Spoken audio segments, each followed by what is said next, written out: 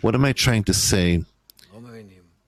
We're not understanding what's written here. Don't look at a Jew or not Jew according to his ID card or something else, but rather one who is drawn to unity is called the people of Israel, Yashar Kel, a Jew. Is not drawn to that, not attracted to that, the nations of the world.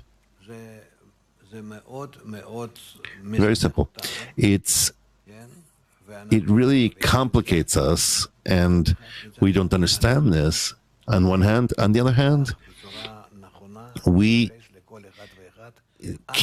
can relate in the correct way to each and every one only according to the inclination of his heart, which altogether is the true measurement.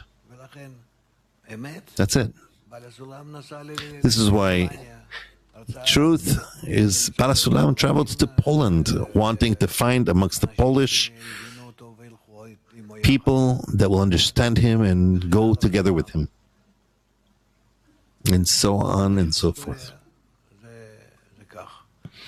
Throughout history, that's how it's been, especially as we are today in the last generation.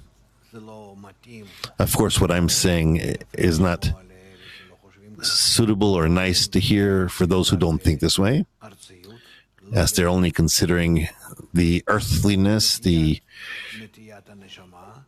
inclination of the soul of man, but what's written on his passport, who he was born to. But in truth, we can see this only according to one's inclination. Yashar Kel has such an incline, and therefore is attributed to that role. And one who has to be drawn to there is called the nations of the world. Is that clear? It's written that at the end of days,